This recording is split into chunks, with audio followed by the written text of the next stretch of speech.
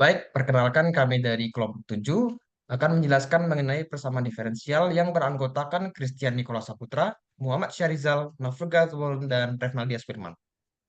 Untuk memahami presentasi, kami telah membagi menjadi 3 garis besar. Yang pertama, persamaan diferensial satu dimensi, yang kedua, persamaan diferensial dua dimensi, dan terakhir, persamaan Luca-Volterra. Yang pertama, persamaan diferensial linear satu dimensi akan dijelaskan oleh saudara Christian. Pada Christian, silakan. Adalah persamaan diferensial linear satu dimensi.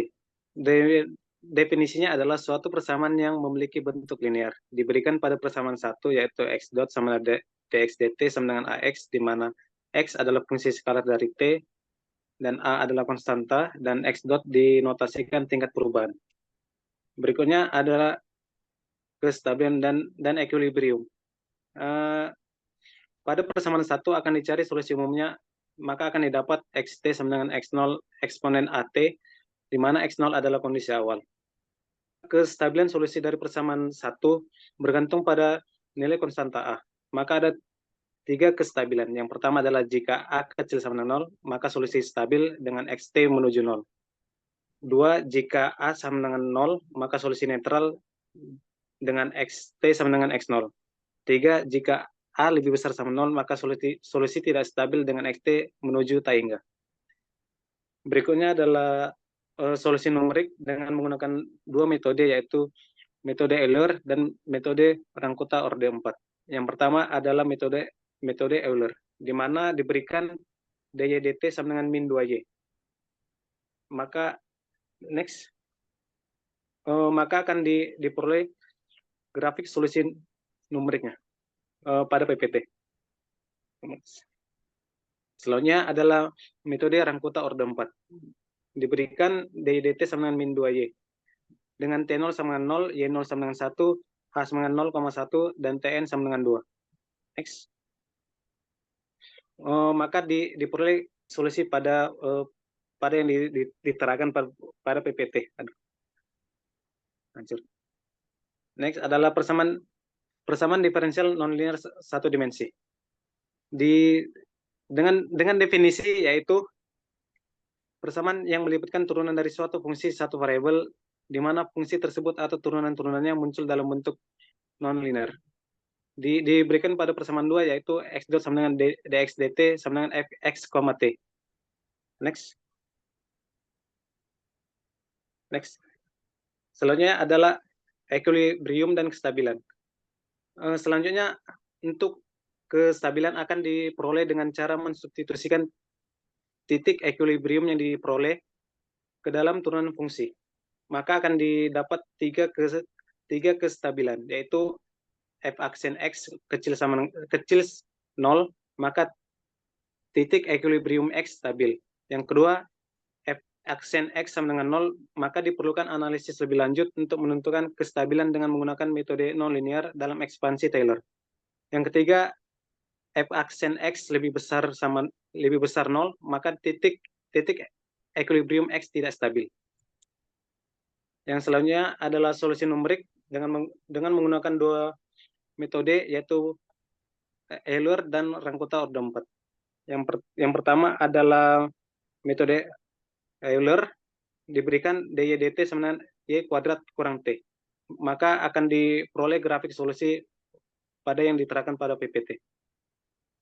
Yang selanjutnya adalah metode Rankuta orde 4 dengan diberikan persamaan diferensial nonlinear dy dt sama dengan y kuadrat kurang t, maka akan diperoleh solusi pada grafik solusi yang ada di PPT. Untuk selanjutnya akan dijelaskan oleh Syahrizal. Ya, nah berikutnya yaitu persamaan diferensial linear untuk 2 dimensi. Nah, pada persamaan diferensial linear 2 dimensi ini merupakan di mana semua turunan dan fungsi tersebut muncul secara linear dengan bentuk umum x dot sama dengan dx dt sama dengan ax tambah bx, y dot sama dengan dy dt sama dengan cy tambah dy, seperti pada persamaan 4, dengan x dan y adalah fungsi dari variabel independen t, serta a, b, dan c, dan d adalah koefisien konstanta. Nah, untuk titik equilibrium dan analisis kestabilan, dari definisi 1, misalkan diberikan satu titik x elemen Rn dengan sistem persamaan diferensial dy dx sama dengan fx, titik X disebut equilibrium jika X0 definisikan sebagai titik yang mengakibatkan fx0 sama dengan 0. Untuk menganalisis kestabilannya, yang pertama kita bentuk matriks A untuk koefisien sistem dengan A sebagai A, B, C, dan D. Nah, kemudian kita cari nilai eigen dari matriks A dengan menyelesaikan persamaan karakteristik determinan A dikurang lambda I sama dengan 0. Nah, maka akan diperoleh nilai eigen lambda 1 dan lambda 2, dan untuk tipe equilibrium dan kestabilannya dapat dilihat pada tabel berikut. Berikutnya yaitu metode Runkuta dan Euler untuk persamaan tersebut. Nah, pada program Euler kami menggunakan program yang bisa menginputkan berbagai macam fungsi atau fungsi secara sembarang dengan step size-nya 0,1, rentang waktu 0 sampai 10, dan nilai Y1-nya sama dengan 0. Maka akan diperoleh grafik sebagai berikut, yang merupakan grafik dari dx dt sama dengan y, dy dt sama dengan min x dengan metode Euler. Berikutnya, itu program untuk metode Runkuta dapat dilihat di PPT dengan nilai variabel atau parameter sama dengan persamaan Euler. Maka akan diperoleh grafik sebagai berikut, di mana grafik ini merupakan persamaan yang sama pada metode Euler sebelumnya. Yang berikutnya yaitu persamaan diferensial nonlinear dua dimensi. Persamaan ini memiliki bentuk umum sebagai berikut: dx dt sama dengan fx, y, dan dy dt sama dengan gx, y. Seperti pada persamaan 5, dengan x dan y adalah fungsi dari variabel independen t, dan fx, y serta gx adalah fungsi nonlinear dari x dan y. Untuk equilibrium dan kestabilannya, sama seperti definisi satu tadi, tapi untuk mencari nilai eigennya, perlu dilakukan penlinearan menggunakan matriks Jacobian. Nah, setelah diperoleh matriks Jacobian, maka akan dicari nilai eigen yakni lambda 1 dan lambda 2. Untuk tipe-tipe equilibriumnya akan sama atau sesuai seperti pada tabel tipe-tipe equilibrium dan kestabilan sebelumnya. Berikutnya yaitu solusi numeriknya, sama seperti program pada metode linear. Untuk metode Euler kami menggunakan persamaan dx dt sama dengan y dan dy dt sama dengan mu dikali 1 dikurang x kuadrat dikali y kurang x. Berikut merupakan gambar dari metode Euler. Yang berikutnya yaitu metode Runkuta. Seperti sebelumnya, untuk metode Runkuta menggunakan program yang sama seperti linear dengan persamaan yang dx dt sama dengan y dan dy dt sama dengan mu dikali 1 dikurang x kuadrat dikali y dikurang x. Nah, berikut merupakan gambar dari metode Runkuta.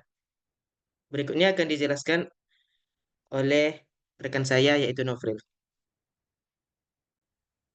Baik, selanjutnya saya akan menjelaskan mengenai persamaan Lorentz-Volterra. Persamaan Lorentz-Volterra merupakan persamaan diferensial nonlinear yang digunakan untuk menggambarkan bagaimana dinamika populasi dalam sebuah sistem predator prey. Model ini menggambarkan interaksi antara dua spesies dalam ekosistem, yaitu spesies predator dan spesies prey. Nah, di sini kita punya model persamaan seperti lihat di layar, dengan A adalah A, B, C, dan D adalah nilai-nilai parameter, dengan A adalah laju pertumbuhan intrinsik populasi prey, B adalah laju di mana prey dimangsa predator, C adalah laju kematian alami populasi predator, dan D adalah laju di mana predator bertambah berdasarkan jumlah prey yang dimangsa. Sedangkan X dan Y masing-masing menggambarkan adalah spesies prey dan juga spesies predator. Nah, persamaan Lorentz-Volterra ini merupakan bentuk persamaan dasar bagi banyak model ekologis ya, yang digunakan untuk memahami bagaimana dinamika populasi dalam ekosistem. Nah, berikutnya adalah equilibrium kestabilan. Persamaan Lorentz-Volterra pada dasarnya adalah persamaan linear, sehingga kita perlu melakukan proses linearisasi dengan menggunakan matriks Jacobian, sehingga kita dapat membentuk analisis-analisis kestabilan berdasarkan yang dijelaskan oleh teman saya tadi. Nah, kemudian kita akan melanjutkan kepada solusi dengan fase. Di sini kami memberikan input seperti ini layar dengan nilai A 0,1, B 0,02, C 0,01, dan D 0,1. Di sini kami memberikan rentang waktu untuk 0 sampai 200. Jadi untuk waktu 0 sampai 200. Dan juga diberikan juga vektor nilai awal 40,9, artinya populasi prey itu 40 dan populasi predator 9. Kemudian kita panggil fungsi RK4 berdasarkan program yang telah ditampilkan oleh teman saya tadi, sehingga akan menghasilkan solusi seperti di layar, di mana di sini ada grafik pada sumbu X dan sumbu Y. Sumbu X itu untuk interval waktu dan sumbu Y itu adalah solusi ataupun populasi dari prey dan predator. Di sana kita melihat ada puncak predator dan juga puncak prey. di mana ketika puncak predator maka populasi prey akan menurun dan ketika puncak prey maka populasi predator akan menurun. Di sana juga ada tampak osilasi di mana akan turun naik mengikuti peluang sama dan ini juga akan didukung dalam bentuk bidang fase yang seperti ditampilkan oleh layar. Dan di sana kita akan melihat bahwasannya populasi prey akan mencapai puncak pada nilai 42 dan ketika nilai puncak populasi prey itu 42 maka nilai predatornya akan mencapai nilai 5 dan ketika nilai populasi prey-nya itu di sekitar 10, maka populasi predator prey akan mencapai nilai maksimumnya. Sekian dari kelompok kami, terima kasih.